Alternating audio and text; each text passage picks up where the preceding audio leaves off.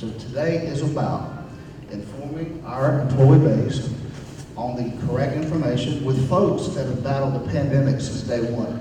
All of this panel here. So I wanted you to get the information so you can make those informed decisions for yourself and your family. So I'm not going to do much more except to introduce our panel. Guys, I just want to thank you guys so much for participating. I know your plates are full. We have representatives from South Georgia Medical Center, Dr. Brian Dawson, Dr. Connell. Then from the South Georgia Regional Health Department, we have Dr. Griffin, and we have Ken Lowry. And I won't tell all y'all do because I don't want to take up time with that. I'm just ready for you guys to inform us on the good things. One person I can't leave out though is Mr. Johnny Ball. Johnny is the VP of Marketing for South Georgia Medical Center. And anytime we need to collaborate with South Georgia Medical Center on any item, Johnny's always there to help us out. And he helped us set up this today. So just give these folks a round of applause for joining us today.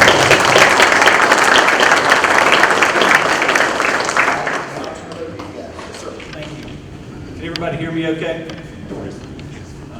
Good afternoon. My name is Dr. Dawson. I am the Chief Medical Officer at the hospital. I think I'm going to start off by just telling you a little bit about what we're seeing with this more recent spike. I think everybody sort of understands what happened early on in the course of this pandemic. And as we got up until around like the last couple of months or so, things had really started to go down. We got to the point in June where we were down to 3 cases at one point that we had in the hospital. Only 3 patients with COVID in the hospital. And so a couple of trends that we've seen with this more recent increase in cases is that, number one, the patients seem to be much younger than they were before. Number 2, the younger patients seem to be getting sicker than what we had seen in the past.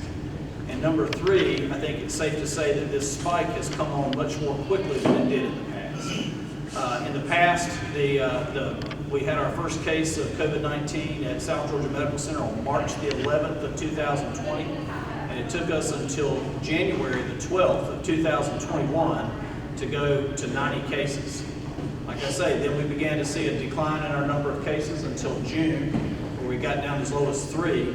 And I can tell you specifically that on July the 12th, we only had about 10 cases in the entire hospital. And when you fast forward 1 month after that, just as recently as yesterday, we had 110 cases in the hospital yesterday morning, okay? This morning we have 102 cases in the hospital. What we've seen is with those 102 cases, 5 of those patients have been vaccinated. But then there's another 97 that have not been vaccinated that are in the hospital. We looked at some of our patients from, this has been data from a couple of weeks ago, and we saw that on that particular day, this is early on in this particular spike, we had 54 patients in the hospital that day, and that day we had 6 patients that were in the ICU on that particular day. This is about 2 weeks ago, 2 or 3 weeks ago. And we had 6 patients in the ICU. Average age was 46. On that same day, what we saw is that in the hospital, we also had 6 patients that had been vaccinated. And I recall their ages off the top of my head right now, just as clear as anything. Their ages were 48, 75, 80, 83, 86, and 98, for an average age of 78.6. So a very drastic difference. None of those patients that have been vaccinated were in the ICU. None of them at that time were certainly on mechanical ventilation. We have seen some patients that have been vaccinated that have gotten sick, and that we've had some deaths in some vaccinated patients. But statistically, it has been tremendously less than the others. So I'll just be as honest as I can with you about any kind of questions you have about the vaccine or about the other treatments. But what I do want you to walk away from here with is at least the knowledge of a few things, okay?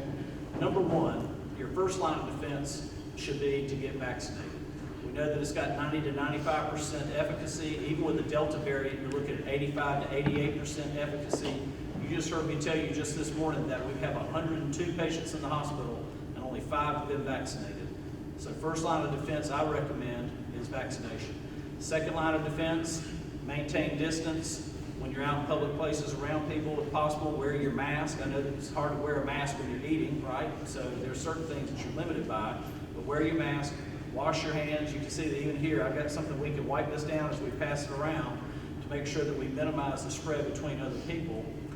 Third thing is if you have symptoms, cough, fever, shortness of breath, that sense of achiness all over. I mean, you know when you feel sick, right? I mean, don't worry. If you get this thing, you'll be able to figure it out. It's not something that is hard to pick up on as far as the symptoms for the patient. I recommend that you get tested. We do have a testing line here at the hospital. Many of you probably have seen all of these people through there. Can you hear me okay? A little closer. Bring it closer. Closer? Yes, close. A little closer more. Here? Try that. Yes. Thank Okay. you. Thank you. Got it, okay. Sorry, I'm a doctor, I'm not a professional speaker. But I'm doing the best I can. So, one thing that we, thank you, sir. One thing that we do understand is that if you can come in and you can get tested, and then we can find that you have this illness, we do have a treatment now that we can administer, but it has to be given as an outpatient. If you're admitted, you don't qualify for it. Months back, that's where basically there's antibodies to this virus that we can give as an infusion. It helps to attack and neutralize the virus. But you have to be able to get it within the first 7 days of illness. The quicker you get it, the better it works. Okay, certainly within the first 3 days is optimal in my opinion, but that's strictly my opinion. That's not based on the current science. Number one, if you get tested and you're positive, we recommend that you get treated. There are certain criteria that you would have to meet. If you have a body mass index greater than 25, you qualify for treatment. And for those of you who don't know, a lot of people in South Georgia qualify just on that criteria alone, okay? If you've got any kind of underlying health problems, high blood pressure, diabetes, high cholesterol, lung disease, congenital problems, any kind of mechanical devices that you use, those all are things that can increase, that make you eligible to get treated with this particular medication. And what we know about this treatment is that if you get it, before you get sick enough to have to A, be in the hospital, or B, be on oxygen, because if you're in the hospital or if you're on oxygen, you don't qualify for treatment with this because it'll do you more harm than good at that point. But if you qualify for treatment, we know that this treatment will decrease your risk of death and hospitalization by as much as 71%. That's your second line of defense right there, okay? That's the second line of defense. So remember, get vaccinated. If you get sick, get tested. If you test positive, then you can go on our website at SGMC and determine if you're going to meet the criteria to get this infusion, and you can do that. We're going to be providing the vaccines this Saturday. We're going to have a vaccine line here. You can go online. If you go to sgmc.org, it'll say COVID information. Click on that. It'll say learn more. You look under vaccines, you click on that, and you can schedule yourself to get it done. I strongly would recommend that. I've had my vaccination. I got mine the first day that it was available, and I'll get my booster on the first day that I'm eligible to get that, which oddly enough is going to fall on 9/11. But that's okay. I'll be standing in line on 9/11. Okay? I'm going to pass this along to Dr.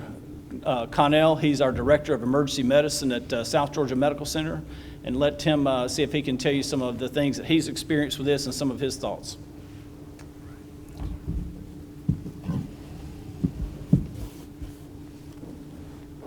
All right, thank you, Dr. Dawson. Everybody here? I speak pretty loud. No, I'll give you a little background on myself. I grew up in Pelham, Georgia, so don't hold that against me. I'm not a professional speaker, but I did stay at the Holiday Inn Express last night, so I think I'm ready. So I'm, in charge of the emergency department here, the physician group. I've been here for about 2 years. A little background about my trainings. I think sometimes if we're going to stand up here and talk to you guys about COVID and vaccines and treatments, then it's always helpful to kind of know where we're coming from. We just didn't, recruit somebody from the other side of the country to come in and talk to you. So I'm a product of the public school system here in the state of Georgia. South Georgia's my home. These are my people. And I care about my people. I really do.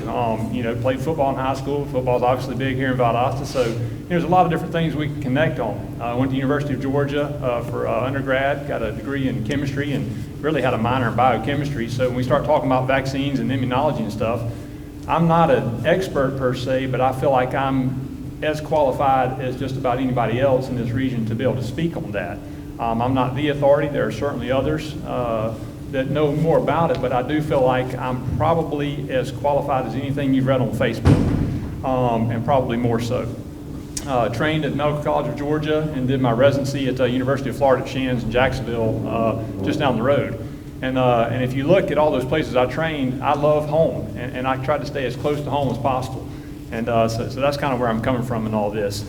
In the emergency department particularly, we have, in the past probably 6 weeks now, have seen the greatest volumes we have ever seen in the history of South Georgia Medical Center. And that includes back in March and April of last year when COVID first came about. That also includes the spike in patients we saw back after the holidays when we saw a lot of people gathered together and we saw a spike in January.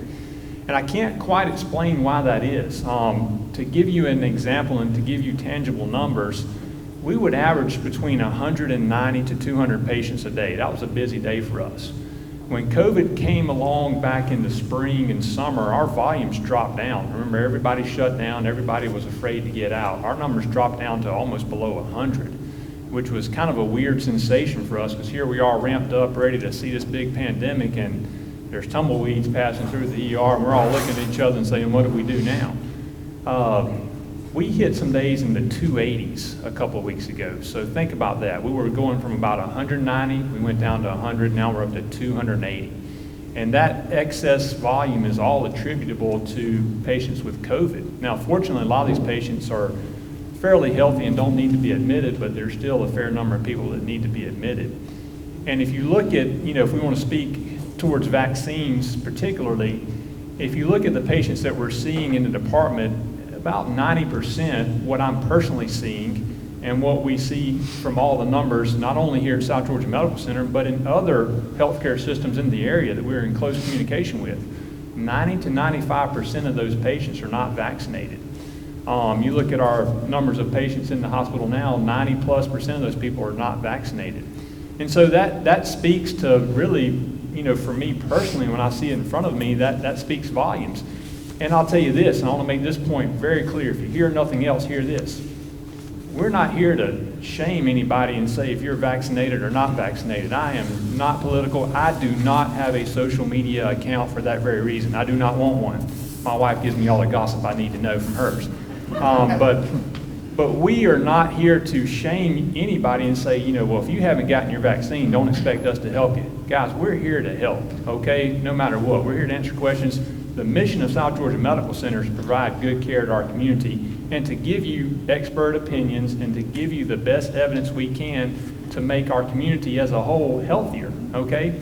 And so I want to commend everyone here and thank you for coming here and seeking some counsel or seeking some advice instead of just looking at our devices and seeking counsel on Facebook or Twitter or TikTok or whatever the kids are doing now. So I want to speak a little bit more too. We had a couple of questions that came in, and I don't want to step on any toes here, but I want to speak a little bit about the vaccine in and of itself and why I personally got the vaccine and why I had my wife get the vaccine and why I think the vaccine is safe. We've all heard all kind of different things about the vaccine is unsafe and this, that, and the other. Number one, you look at vaccine technology and people say, well, gosh, this thing was really sped through the whole process, right? And I will tell you that I would imagine all of us sitting up here, even myself, when I looked at this, took a step back and said, okay, is it safe? I'm not just going to drink the Kool-Aid. Again, remember at the beginning of my talk, I said I'm from Pelham, so I'm not going to just drink the Kool-Aid. I'm going to raise my eyebrows and I'm going to kind of challenge what you're thinking at first because I want to vet that process myself. So when you look at the way vaccines were sort of quote unquote sped through this process, I want to take you back a little bit in vaccine technology. And if you look back at one of the, before COVID hit, one of the fastest vaccines that made its way through, inception to production was probably the mumps vaccination, which was developed in the late 1960s, okay? Newsflash, I was not born in the late 1960s. All right, so the next thought I want you to think about is look in front of you because we all got one of these, right? How far has technology gone for not only healthcare, vaccinations, but everything in the world? How far has technology gone from the 1960s to 2020? And let's even back up to say 2019 when COVID first came about. Technology is dramatically different. And that same technology carries over into the vaccine world, into the medical world, into the vaccine production and investigation. So these new vaccines are called mRNA vaccines, okay? mRNA, not DNA, RNA. Two different things, okay? RNA is not going to change your DNA. All right, I got it, and I still have a big nose, and nothing's really changed. I was hoping I could get more muscles out of the deal, but I haven't seen it yet. And I got my vaccine, by the way, back in December, so I'm still working on the weights here. But mRNA technology has been around for 20, 30, 40 years, if longer. It's been researched. Remember what COVID is. If you remember in the news, we had a SARS outbreak in 2002. Then we had a MERS, right, MERS outbreak in 2012. Well, those outbreaks, you didn't hear about it much here because it didn't really affect us here in the United States. But those were coronavirus outbreaks, okay? The same coronavirus type deal with some minor, differences in the structure and the spike proteins. Those were the same coronaviruses that we're dealing with now. So there was a lot of research that went into looking at what those viruses were, how they behaved. We looked at them under electron microscopes. We studied their structure. And most importantly, I think in technology now is we're able to sequence the DNA and figure out exactly what these viruses are made of, what the little spike protein, the little coronavirus top of the virus is made out of. And before, if you were going to make a vaccine, you had to actually take that virus, try to grow that virus, and look at it, study it, grow it. And that took a lot of time. Well, here's the amazing part. You don't have to do that now. Technology has advanced so much that now we can take the DNA sequence from a spike protein and within a matter of days, figure out what that sequence is, and you can build that same protein somewhere else without ever having looked at that protein. So here's what happened. When this thing first came out in China, they studied it, they sequenced that chain, that protein chain within a matter of days, and then they shared that information with everyone. See, unlike military or business things, medicine typically shares information. Studies generally share information with one another from country to country. And so within a matter of days, there's labs in Texas, labs at Emory, labs in New York, labs in California that are looking at this, who already have mRNA vaccine technology ready to go. They can sequence this thing within a matter of days, and they can start building. And you don't have to grow a bunch of live viruses in a bunch of petri dishes sitting out somewhere in a climate-controlled environment. You can do all this stuff very rapidly. And the vaccine saves a lot of the side effects that some of our previous vaccines have had. Some of the previous vaccines had to have different pieces of live virus that was attenuated, meaning it was weakened, or simply parts of a virus that was sort of cut off, and somehow they found a way to introduce it to your body so your immune system would ramp up. And I tell people on a personal note, my father-in-law, now don't get me wrong when I say this, I actually get along really, really well with my father-in-law. I know not everybody can say that, but I love my father-in-law. He developed a condition called Guillain-Barré when he received a flu vaccine about 4 or 5 years ago. And Guillain-Barré is one of these weird neurologic things. Dr. Dawson can explain it a lot better because he's a neurologist. But essentially, it's an adverse reaction to a vaccine where your body becomes paralyzed from the lower extremity up. And fortunately, his was not that bad, but he had it. I'm actually the guy that diagnosed him, did a lumbar puncture and all this stuff, and we put him in the hospital for a few days, and he did well with that. Well, he was told he should never get a flu vaccine again by myself, by his neurologist, by the VA, by many, many people, and they were absolutely correct. Well, when this new mRNA vaccine came out, he's 72, he's at risk, he's diabetic. He asked me, should I get this vaccine? And my first answer was, well, heck, I don't know. Let me research it. Let me take a step back. And so I did the research, and I thought about the way this vaccine works. And my conclusion was, this is absolutely safe to give him. And again, I'm not trying to off him. He's not a wealthy man. I don't have any inheritance to gain from, sending him to the grave early.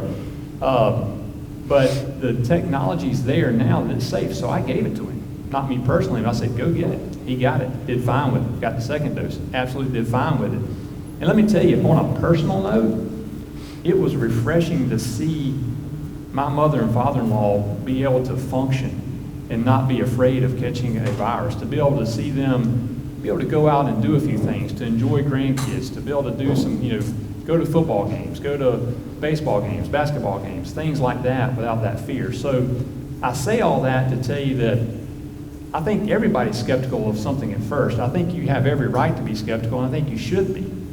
And I was probably as skeptical as anyone else because I wanted to see for myself. I wasn't just going to take someone else's word for it. And I did the research as best I could. I researched it like I do anything else. Like I researched how to take care of congestive heart failure, heart attacks, strokes, cellulitis, anything. And my conclusion, independently, and that of my peers, was that this thing is safe. It's been well researched. The reason it's been put into production so rapidly is because, number one, the technology is there to allow it to do so safely.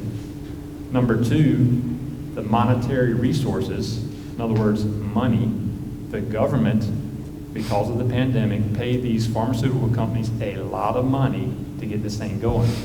They would not have taken the chances that they took if there were no financial reward. I'll just be honest with you. So if I told you, look, I want you to build me 5 million doses of a vaccine, I'm going to tell you, well, are you going to pay me for it? Because if I'm not sure it's going to work in the end, I don't know if I want to invest my time and money up front. The government said, we will help you out with this. This is a global pandemic. We need help.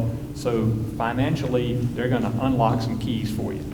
And the collaboration between all the different labs here, both in the United States and abroad, everyone working together for a common cause gets a lot done.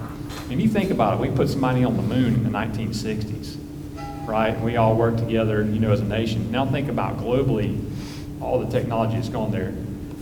Within a year, we've developed a vaccine. So I think that's very feasible. So I have no problems with the timetable that the vaccine was put out there. I think it's safe. I think it certainly helps. And I think the numbers that we see, 300 yards away from us here reflect that.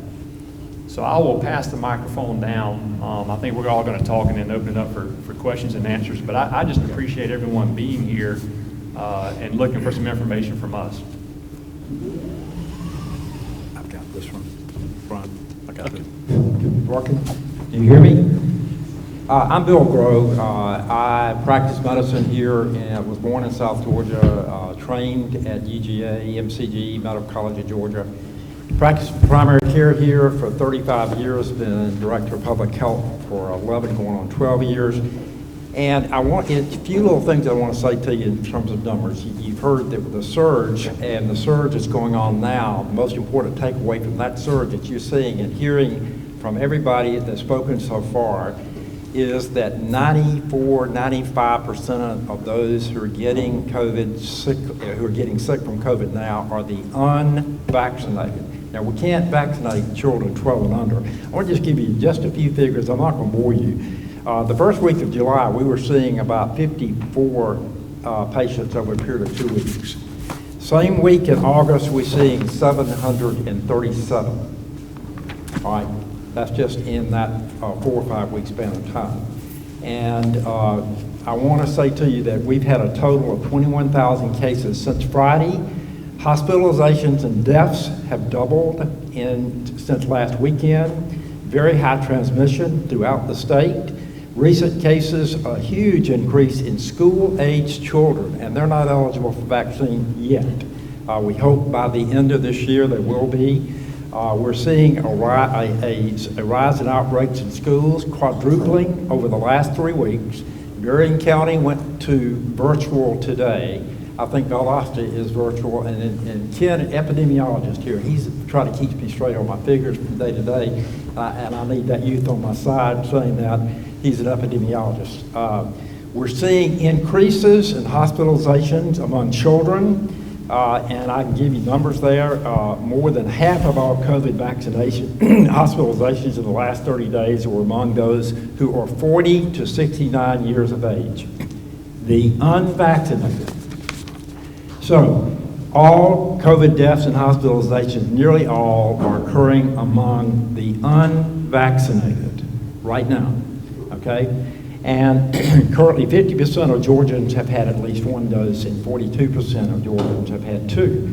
In Lowndes County, as of today, 30% as of today. Now, I would like to say, how many of you here have been vaccinated? Okay, all right.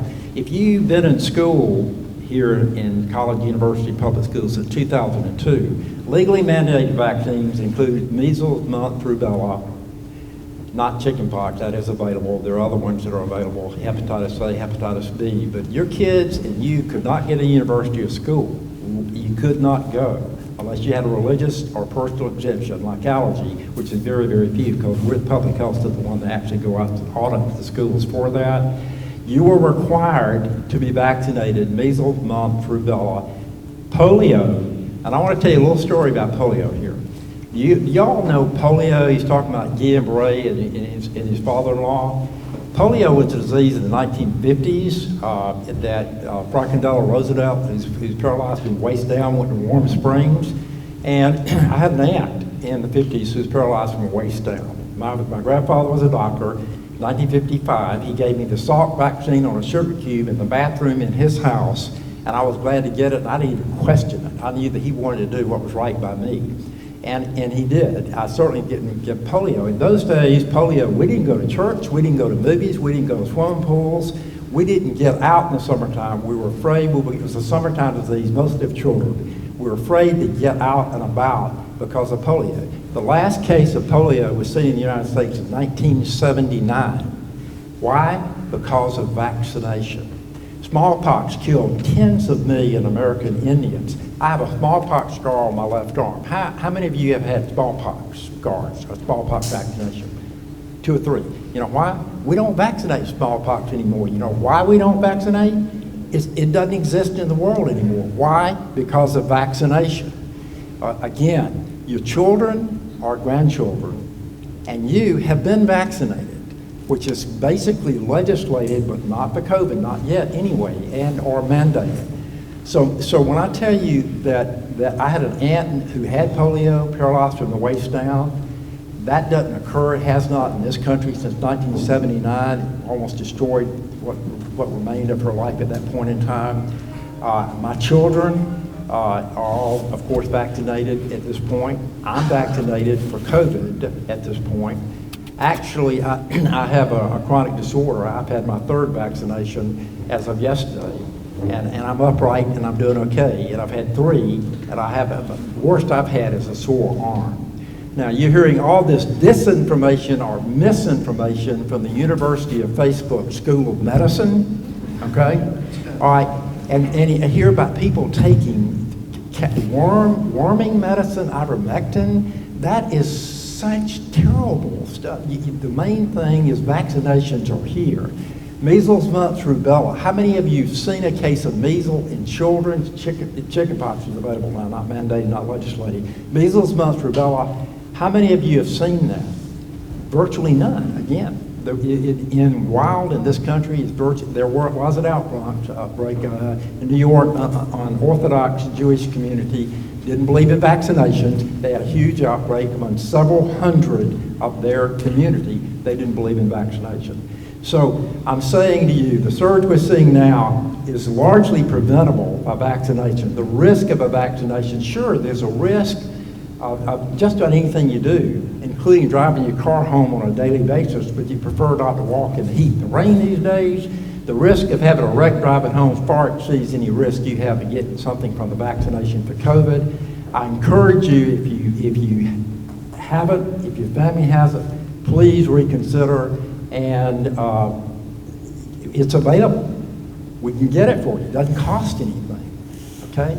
It doesn't, you're already vaccinated for terrible diseases. This is another vaccine to try to prevent a terrible disease and would largely have prevented this present surge. Thank you for your time. And Ken's going to answer any questions you might have, but I can't answer. Thank you.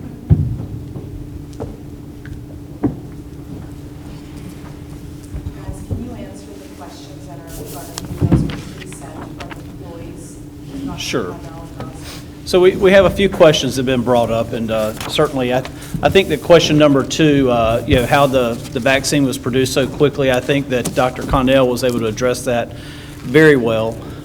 Number 1, the technology has been there. This technology makes it far more efficient to create a vaccine, and it's just like anything else, but still, how do they get it done so fast? Well, because you had to. That's why. People were dying, and everybody put 100% in to make sure that we got it done quickly. That's why when you wake up late for work one day, how do you still make it on time? Because you got to, right? I mean, you just got to pull it together and get there on time, right? So this technology made that very possible. That's why do you think we're able to have this mRNA vaccine so much quicker than we got the Johnson & Johnson, which uses that older technology? So that's why. So there is a question here. I've had the Pfizer and I'm inquiring about the booster. When will it be available and is it necessary? I'm going to let Dr. Groh, the booster king, answer that particular question. Well, the booster is available as we speak now if you have chronic diseases of immunocompromised. Now, what does that mean? You're on medicine like prednisone chronically for some kind of disorder like rheumatoid arthritis, which is the body's attacking itself. You're on chemo for cancer, which suppresses your immune system. You're on transplant, and you're on immunological suppressants to prevent your body from rejecting the organ that you've got. Those are getting vaccinated as we speak. On September the 20th, the date is to start from 8 months from your first shot. 8 months, starting September the 20th, from your first shot, the booster will be available to initially, we're not sure it's going to be stratified like it was last year. Initially, it was healthcare, elderly, first responders. Will it be this year? I've seen yes, maybe, and I've seen we're not sure. The answer is right now they may stratify it to make it so that you won't have lines and lines and lines of people to go stand in line on enough vaccination appointments for everybody. So the answer is starting September the 20th, the third shot will be widely available. Again, it may be stratified. Who makes that decision? The CDC makes that decision, and we follow those guidelines at the Georgia Department of Public Health. Very good. The third question is, if my son, who is in his 20s, got COVID last month, when would he be eligible for the vaccine? Can he be eligible for the vaccine now, or is there a waiting period? So the answer is, it's a little bit of a complicated answer. So once you've had COVID symptoms and you get sick and you've been tested and you get better, once you're 14 days out past the onset of your symptoms, at that point, it's reasonable for you to go get a vaccine at 14 days. Unless you were treated with the monoclonal antibody that I was talking about, where we give the infusion to help treat it, in which case you need to wait up to 90 days after that, okay? All right. The next question, and this is, this is my favorite. People are going out and buying Ivermectin. Is it safe, and if not, why? So Ivermectin is an anti-parasitic medication. It kills parasites or worms. We do use it in humans. We use it to treat something called strongyloides, which is a type of parasitic infection. It treats worms. It does not treat viruses. During the course of this pandemic, there have been 16 separate studies that have been done that when they analyzed this particular treatment, they found that it wasn't helpful. There was one study that they did, which was an in vitro study. Do you know what in vitro means? So you hear in vitro or in vivo. In vivo means you do it in a human being. In vitro means you do it in a test tube. So in this in vitro study, they had this virus that was cultured in a culture medium, basically in a plate, and they put this ivermectin in it, and they saw that it would kill it. But the dose that they put in there was 112 times higher than the safe dose for humans. So, number one, we do not recommend that you use worm medication to treat a viral infection. Number two, we do not recommend that you take horse pills that you get from Tractor Supply to treat a viral infection. And number three, I think that you need to probably, again, the Facebook School of Medicine, I think that you need to take the time to talk to somebody that can give you some good, solid advice on that, because there is a lot of misinformation about that. And it's going to hurt somebody. I mean, if nothing else, we've seen some people that are taking ivermectin to try to prevent it. They come into the hospital sick, but they're taking the ivermectin, but they're not taking the vaccine. They're not taking the monoclonal antibody. They're not taking the stuff that's proven to work. That doesn't make any sense to me. So that's the answer to that question. Dr. Connell, do you have anything to add on to the ivermectin? I mean, what more can you say? You don't give worm pills for a viral infection. I mean, I think they teach that on first or second day of medical school probably. But if they even have to bother to tell you that, right? But no, that's not something that we would recommend under any circumstances in this particular situation. We're opening questions to the audience. Does anybody have questions? Please raise your hand. Yes. And Richard will come by. Who has questions?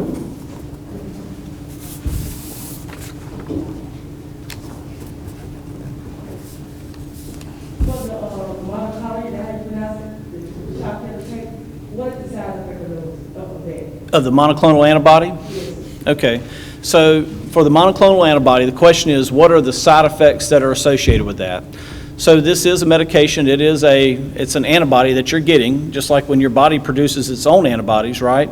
That will attack an infection. In this case, we can infuse it directly in. It is not as efficient as being able to make your own antibodies by getting vaccinated. Let me point that out first. So the side effects, some people will have some flushing, right? Some people will have, they'll notice that whenever they get this particular infusion, we've had from another community nearby, they had 2 people that had allergic reaction. It was able to be treated. We have medicines, every emergency medicine physician, and I think every healthcare provider knows how to treat allergic reactions because they do occur. We have not had anybody that we've seen that has had a reaction that caused death from the administration of this particular monoclonal antibody. And I can tell you that in our community, we probably give more monoclonal antibody than anybody in the state, probably per capita. As recently as 2 weeks ago, the Thursday before last, the Georgia Hospital Association had asked Mr. Dean, because of course the state sees how much monoclonal antibody they're sending to us, and once we figured out that we could decrease the rate of hospitalization by as much as 71%, well then we went on full attack with this thing, right? I mean, when if you've got a tool in your toolbox, you use it, you know? And beginning, we were concerned that we were going to run out.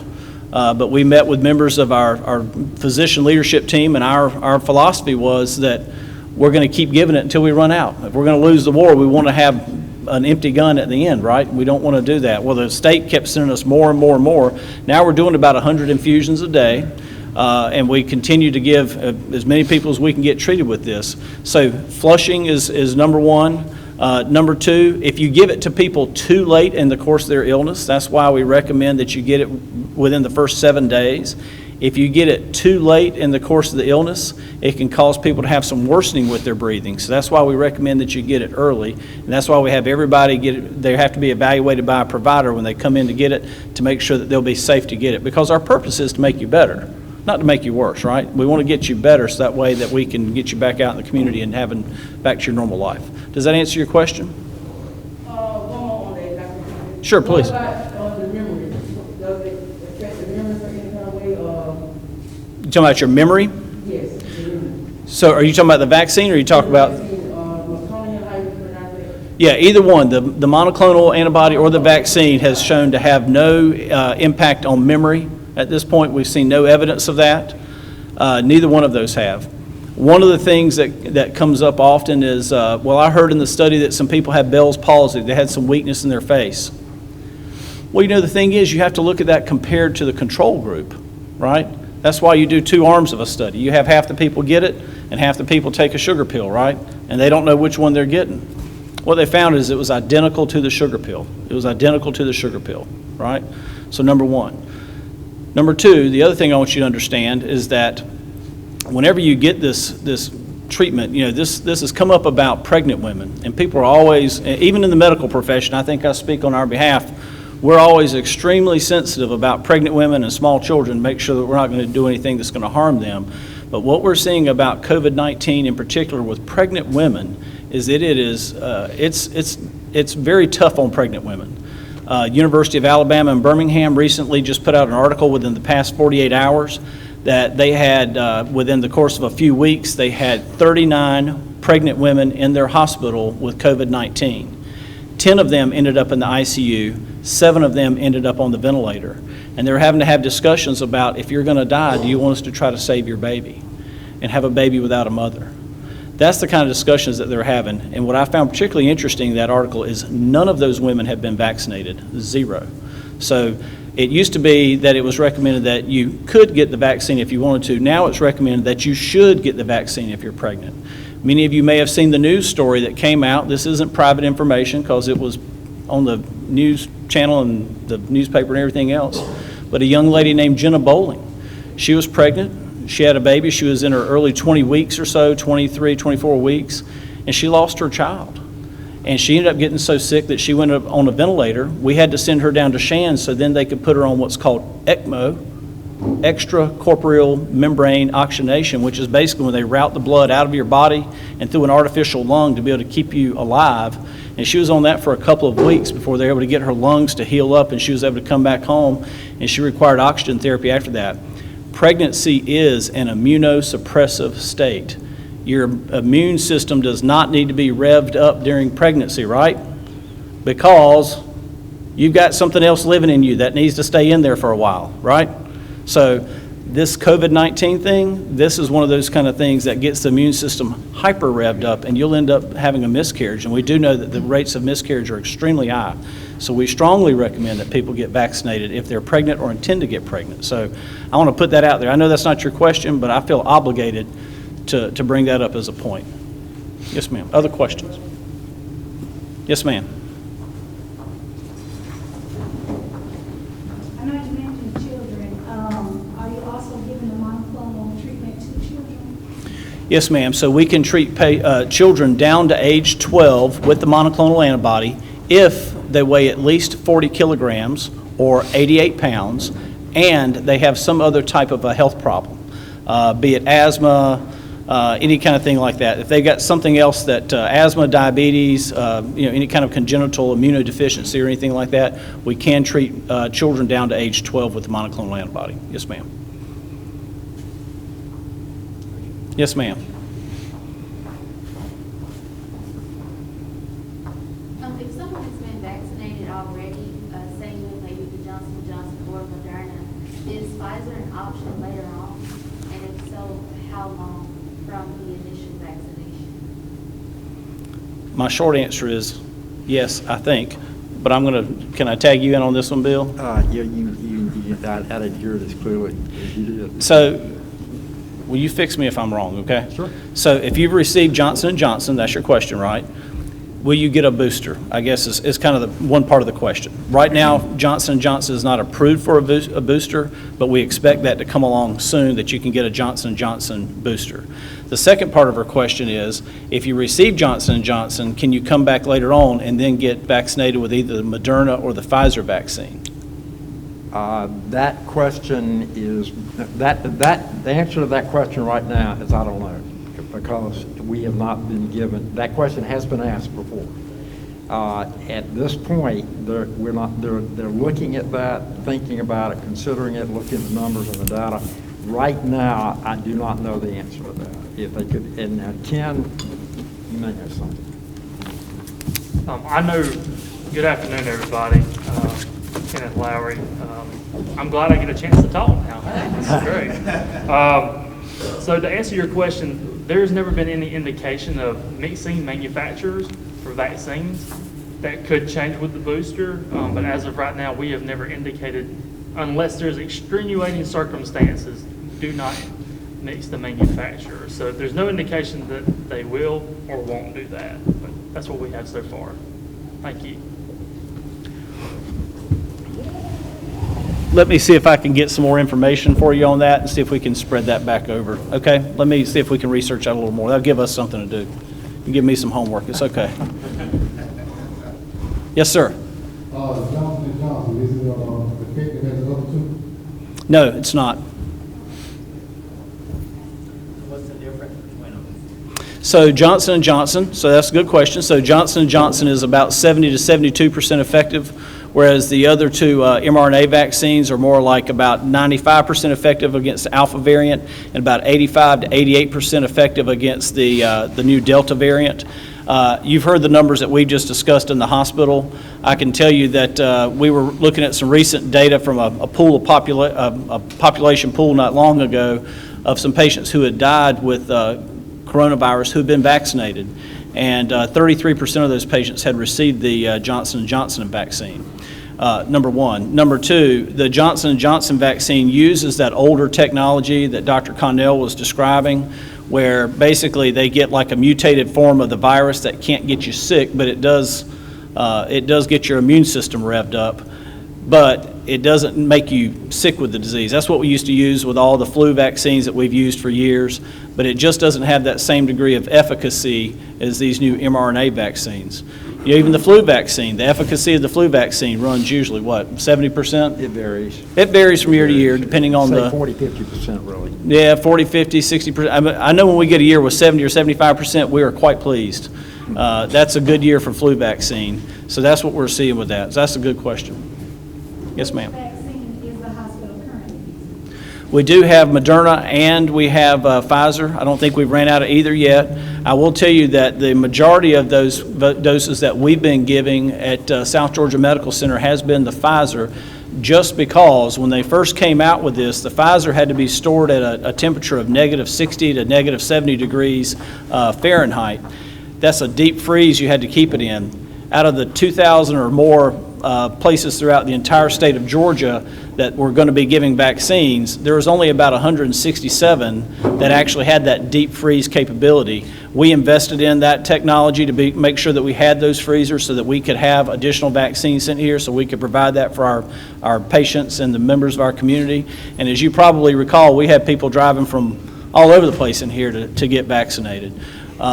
At the end of the day, you know, we felt like that was just the right thing to do, is to make sure that we had that. So yes, ma'am, we're doing both, but I'll tell you, we've been giving more Pfizer just because it's just what we've been given. But I'll tell you, the two are pretty close. They're neck and neck. People ask me what's the difference. I tell them it's kind of like Pepsi and Coke at this point. You know, we're not seeing there's not a huge differentiating factor between the two that we've seen clinically.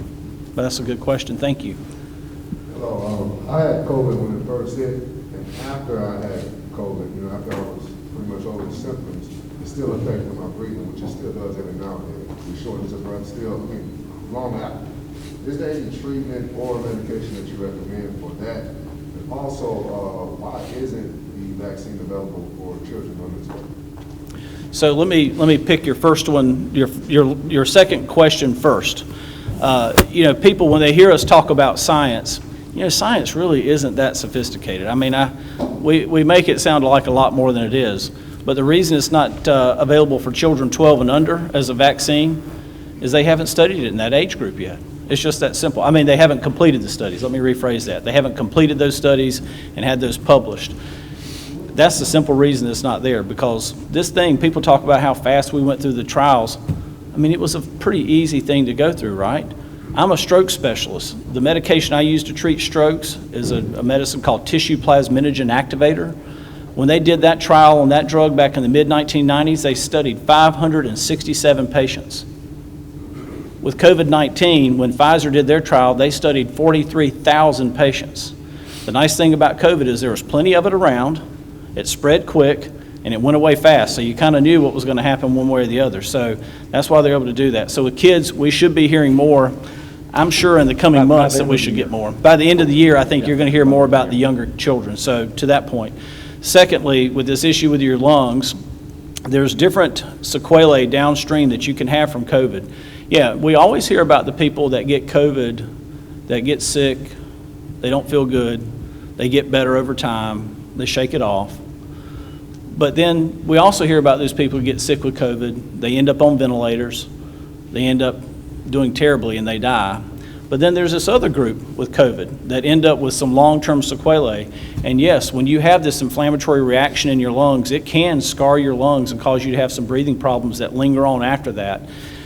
Without me knowing the specifics of your situation, I would suggest that you get in with at least a primary care physician. We certainly have those available. You can look on our website, and we have some references to, we have a few pulmonologists in town that are lung specialists, but maybe even the primary care physician could at least get things rolling for you to determine what kind of treatments might be available to help you. But I think that I think this should be a good warning. That's an unfortunate story, but a good example that people need to hear. This is why we need to do what we can to try to prevent ourselves from getting sick with this. In the year 2020, the third leading cause of death in the United States was COVID-19. And in December 14th of 2020, we were given a vaccine that was 95% effective at treating this. It's not treating it, and not even treating it, preventing it altogether. So it's very unfortunate that that happened. And my role as the chief medical officer of the hospital, I have to look at the population as a whole and what we're going to do to help them. That's why we know that trauma is a big deal, so we got a trauma program we've enhanced that here lately. I'm a stroke specialist. We know that stroke is very, very significant in this part of the state, but COVID-19 is another part, and that's why I'm here talking to you about that today, is to make sure that you know that. So that's very good.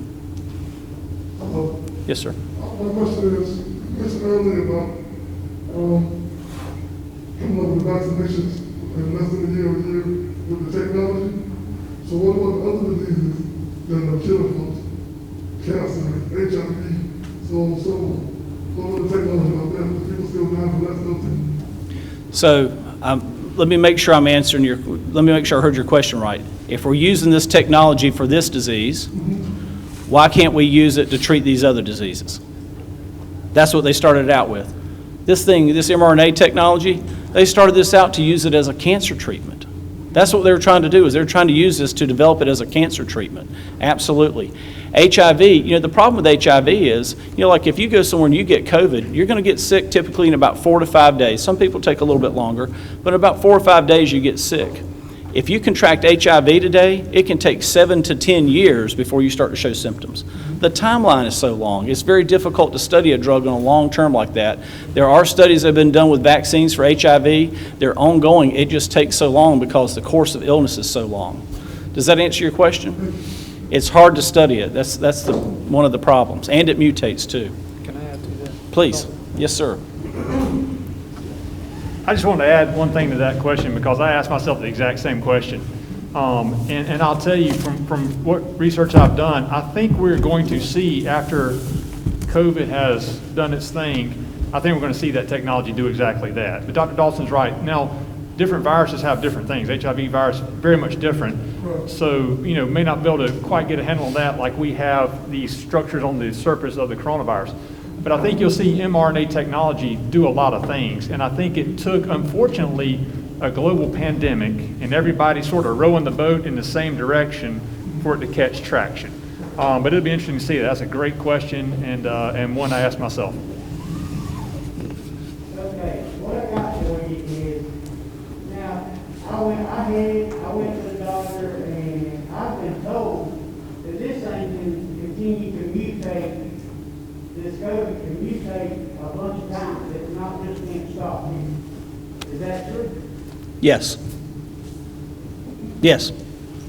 And let me, obviously you want a more elaborative answer than that, I'm sure.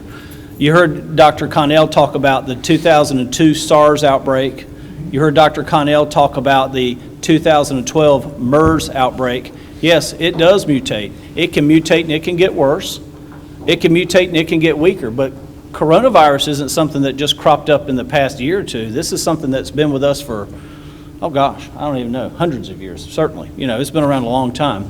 Yes, it can mutate, but it has to have a place to mutate. That's why smallpox isn't with us. When everybody got vaccinated, there was nowhere else for it to spread. That's why polio's gone. When there's nowhere else to, think about it. If every single person on the planet was vaccinated for COVID-19, except for you, what would be the likelihood that you could catch it? Virtually zero. But the problem is when it's able to keep bouncing between one person and the other, what happens is you end up with these little mistakes that occur in the replication. Mistakes. Happy accidents is what they teach you whenever you take a molecular biology course. Happy accidents. And it evolves and it'll end up changing over time so that it can become more deadly than it is and more transmissible. This more recent Delta variant, it's more transmissible than the others. Dr. Connell and I, we've noticed that it used to be with the first initial variant, the Alpha variant, it took about 8 to 10 days before people got sick. But with this Delta variant, it seems like it's kind of kicking in around 4 or 5 days. Like when they start to get sick within like a day or two, they seem to get much sicker, particularly if they're susceptible. Okay. Yes, sir. Is there anyone with any other questions? Because I don't want anyone to leave here today with a question. This has been awesome. It's been such a great opportunity to learn more and get the real information about what's going on. So please, anyone who's got any further questions, please ask. But I do have just one more real quick. There's a lot of conversation about your natural immune system and building your natural immunities to this disease. How do you guys respond to that? So, yes, your natural immune system does confer immunity, right? So when your natural immune system begins to build antibodies, it will build antibodies against whatever the part of that viral cover. You know, if you've seen pictures of it, it looks like a ball with spikes all over it, right? The thing is that whenever we study this virus, I say we, I mean not me, but like the medical profession, they can look at that and they can tell with some degree of accuracy which parts of those spikes, which of those spikes is least likely to mutate, right? It's not 100%, but they're least likely. It's like if a tornado comes through and you're looking at houses and trailers and 10 buildings around a neighborhood, you can kind of get an idea of which one's probably going to make it and which one's probably not. The problem with your body's natural immune system is it'll attack a part of that, and it does confer you some degree of immunity afterwards. I won't lie to you, it does. But the degree of immunity that it gives you, we've seen in clinical practice, works out to be about 40 to 60% against new variants. Now with this Delta variant, prior infection doesn't seem to be, your prior infection, if you had the alpha, it doesn't seem to be very helpful. I won't use my analogy of Mike Tyson that we talked about earlier, but when you've got these types of, when you got these kind of viruses, I will say that your natural immunity, by all means, is part of how we survived as a species, to be honest with you. But this vaccination that we've got, it gives us an additional level of capability that we didn't have before. This is something that's very unique that's come out, and it's going to revolutionize a lot of things in medicine over the course of the next 10 to 20 years. You can certainly count on that. Thank you so much for that. Gentlemen, thank you so much. This has been exactly what we were hoping for, the information. I know every one of your plates are full, so guys, please join me in thanking this group.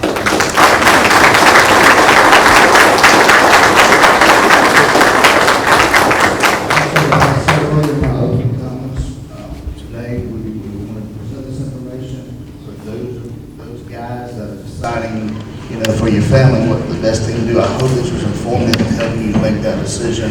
And we'll be available to, HR folks will be available to ask any questions of the staff, and we'll keep that going and keep that open, because you may think about questions when you leave here today. With that being said, again, thanking each of you for coming today. And as you know, with the Union City gathering, we're always going to have some food and some lunch. So with that being said, the lunch, just stop by the kitchen right here and get your lunch. And again, thank you guys, and y'all have a great day.